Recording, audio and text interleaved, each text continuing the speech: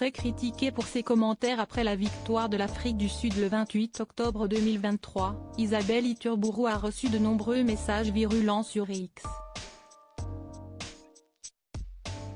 Agacée, elle a décidé de répondre à ses haters de manière très pointilleuse, et très piquante. Critiquée par un internaute jugeant ses remarques totalement infondées concernant la finale de la Coupe du monde de rugby remportée par l'Afrique du Sud contre la Nouvelle-Zélande, 12-11, Isabelle Iturburu a tenu à donner son point de vue sur l'arbitrage du match. Alors qu'un tweeto dénonçait les commentaires dithyrambiques sur les Sud-Africains de la journaliste dans le mag, celui-ci regrettait le manque de recul de la jeune femme ainsi que son manque d'objectivité. Si est-il juste incompréhensible, regrettait-il.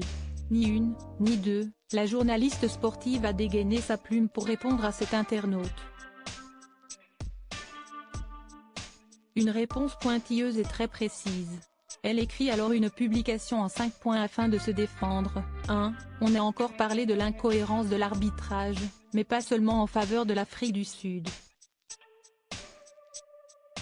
Il aurait pu y avoir 2 rouges contre les Abs, et plus de pénalités sifflées contre Afrique du Sud. Spoiler, ça arrive sur tous les matchs de rugby. 2. Pardon d'avoir rappelé que si l'arbitre est essentiel, il n'est pas le seul à décider du sort d'un match. 2 balles de match manquées pour les Abs. 3 essais offerts par la France, etc. Elle poursuit. 3. On est tous d'accord sur le fait que l'arbitrage a été incohérent sur l'ensemble de la CDM.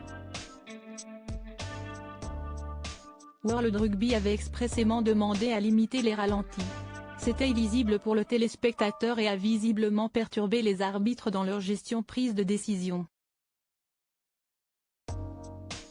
4. Rien de tout cela ne justifie selon moi la violence des commentaires et l'aigreur de certains vis-à-vis des arbitres ou de l'Afrique du Sud. J'ai mal à mon rugby sincèrement ce matin. Ne pas être capable de se rappeler que si est un sport, avec 31 hommes faillibles sur le terrain. Et de conclure. 5. Souligner l'intelligence tactique d'une équipe même quand on ne trouve pas ça beau. Ce n'est pas être dithyrambique, si est être objectif. Je persiste, bravo aux Springboks pour ce parcours et ce 4e titre. À la suite de sa réponse, un autre internaute a tenté de faire entendre son point de vue concernant l'arbitrage. Ce qui est rageant, ce sont des ralentis qui ne passent pas, qui peuvent changer le cours du match. Le TMO a été inconstant durant toute la compétition et on voyait des actions qui étaient fortement litigieuses mais aucun replay. Spoiler, Coupe du monde est gâchée. On est tout à fait d'accord là-dessus, lisez tous mes posts. Clin d'œil, les directives de World Rugby n'étaient visiblement pas les bonnes pour une telle compétition, je le regrette tout autant que vous.